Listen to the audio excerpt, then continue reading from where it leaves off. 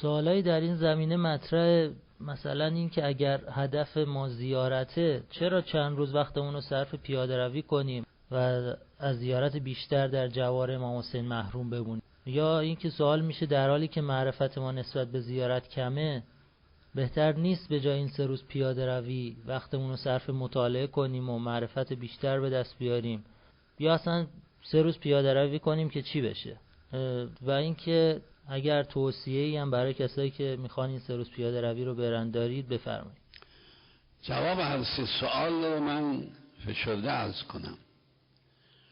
اون تأثیری که در این پیاده روی هست در زیارت معمولی نیست.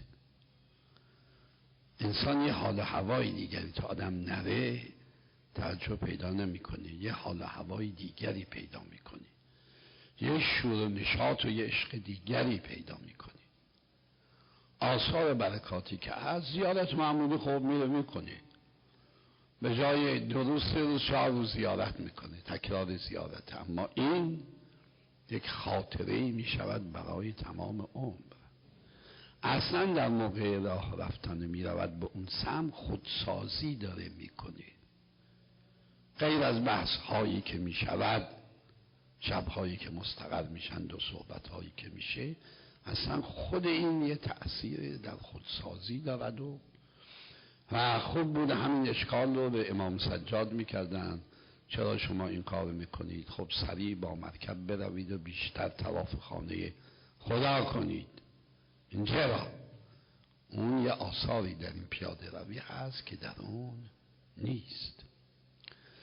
و بنابراین جای این ایراد نیست. بعضیا که حوصله پیاده روی ندارن معمولا این گونه اشکالات رو میکنن که خودشونو تبرئه بکنن، یه مجوز برای خودشون پیدا بکنن.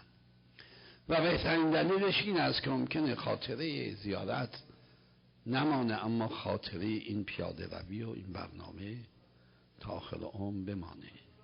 بنابراین این وسوسه ها رو باید از خود دور کرد و انشاءالله الرحمن با موفقیت ادامه بدهید. و السلام علیکم و رحمت الله.